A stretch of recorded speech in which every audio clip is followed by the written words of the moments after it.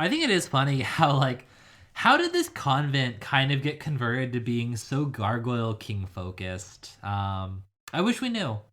Oh yeah. So we actually learned recently that there was originally more of a focus on the Sisters of Mercy themselves, Sisters of Quiet Mercy.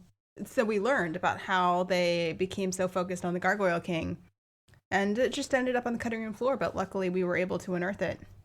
Let's take a listen. Then the Lord rained on Sodom and on Gomorrah brimstone and fire from the Lord out of heaven. Like when His Holiness the Gargoyle King showers us with the crystal gems of his saliva when he speaks to us. Sister, your enthusiasm is wonderful, but please wait to comment until the passage is over. Sorry, Sister Woodhouse. And he overthrew those cities, and all the plain, and all the inhabitants of the cities, and that which grew on the ground. But his wife looked back from behind him, and she became a pillar of salt. Now, sisters, what do you make of this?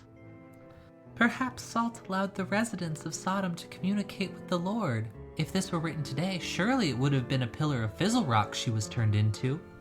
If that's true, then truly the Lord blessed Lot's wife, transforming her into a chariot to deliver the Gargoyle King's message. Yes, what a beautiful gift to bestow upon her. Sister Marjorie, it is your turn to select a passage. Thank you, sister. Joel 2:28. And it shall come to pass afterward that I will pour out my spirit on all flesh. Your sons and your daughters shall prophesy, your old men shall dream dreams, and your young men shall see vision. What should we make of the fact that this passage suggests only men can see visions of the Gargoyle King? A sign of the times, Sister Rose, and nothing more. We know that when the gargoyle spills his spirit upon our flesh, we see the most glorious visions. Now, Sister Rose, do you have a passage? Of course, sister. Ephesians 6:11. Put on the whole armor of God, that ye may stand against the wiles of the devil. This is assuredly a clear reference to the divine armor perk that the Radiant Knight class gains at level 4. Well done, Sister Rose. As ever, your inspired reading brings us back to the true scripture.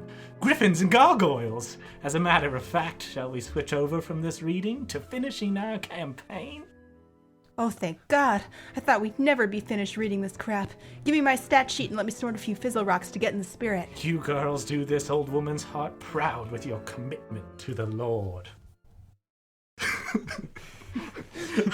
I mean, maybe it's just too religious. Maybe they didn't want full scripture readings, but this, takes me back to Bible study.